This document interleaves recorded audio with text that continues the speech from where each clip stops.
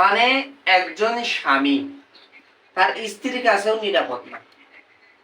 একজন স্বামী তার স্ত্রীর কাছেও নিরাপদ না। স্ক্রিনে যে লোকটাকে দেখতে পাচ্ছেন, এই লোকটা হলো যে আপনার মতো আমার মতো একজন মানুষ।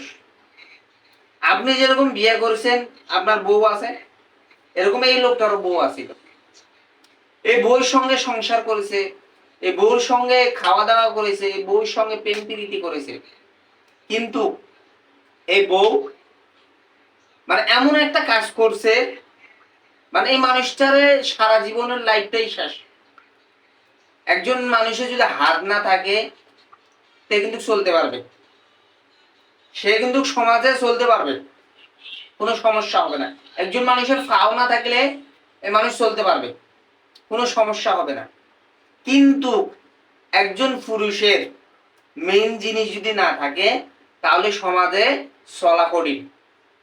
কারণ মেইন জিনিস যদি না থাকে তাহলে কিন্তু তার চলা কঠিন। তো এরকমই এক দুর্ঘটনা ঘটে গেছে টাঙ্গাইলে। স্ক্রিনে যে লোকটাকে দেখতে পারতেছে, তার ওয়াইফ মানে তার বউ, নিজের বউ, একদম আপন বউ, তার জিনিস এটা কাটিয়ে নিছে। রাতের বেলা দুজনে ঘুমেছিল, ঘুমে থাকার সময় তার ওয়াইফ কি করছে, রাতের বেলা উঠছে, উঠে ওই আমরা তরকারি কুটি যে বটকি আছে, বটকি কার কোন দেশে মানে কোন জেলায় কি ভাষা কয় জানি না, এই বটকি দিয়ে তার অস্ত্রটা কাটিয়ে ফেলাইছে। কাটিয়ে এক পর্যায়ে তার বউ ফালাতো, মানে চলে গেছে। মানে তার বউর কথা হলো যে আমি যে যাব যাব তোমারে মানে অন্য কারোর সাথে থাকতে দিব না। কি একটা মর্মান্তিক ঘটনা ভাই। তুমি যাবে, তার মানে আমার কথা হলো তোমার ভালো লাগে না, তোমারে ভালো লাগে না, তুমি চলে যাও, তালাক দিয়ে চলে যাও। এই মানুষটার এত ক্ষতি করার কোনো দরকার আছে? আমার কথা হলো তোমারে ভালো লাগে না, তোমার স্বামী তোমারে ভালো লাগে না, তোমাকে দেখতে পারে না, নির্যাতন করে, তুমি মামলা দাও।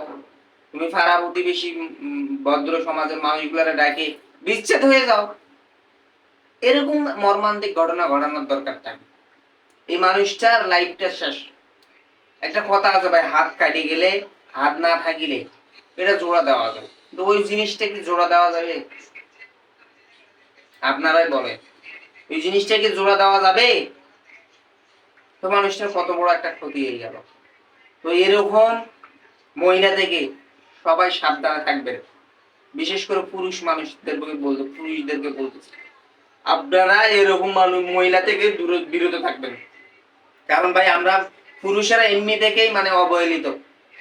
নারীদের নারী নির্যাতন মামলা করলে মানে আপনার বাপও আপনারা ফিরাইবো। যদি আপনি যদি কোনো একটা অপরাধ করেন একটা মেয়ের সাথে, আপনার বাপ ফিরাইবো, আপনার মা ফিরাইবো, আপনার বোন ফিরাইবো, আপনার ভাই ফিরাইবো। কিন্তু আপনার সাথে একটা অন্যায় হইলে আপনার পাশে কেউ থাকবে না। তো সেই ক্ষেত্রে আমরা পুরুষ জাতি খুবই ভাই মানে বিপদে আছি। সেই ক্ষেত্রে আমাদের সাবধানে চলতে হইবে। এরকম মেয়েদের থেকে সবাই সাবধানে থাকবেন। তো সবাই ভালো থাকবেন, সুস্থ থাকবেন এবং ভিডিওটা অবশ্যই শেয়ার করে দিবেন, যেন আমাদের ভাই একটা দেখে যেন সতর্ক হইতে পারে। তো ধন্যবাদ সবাইকে। আসসালামু আলাইকুম।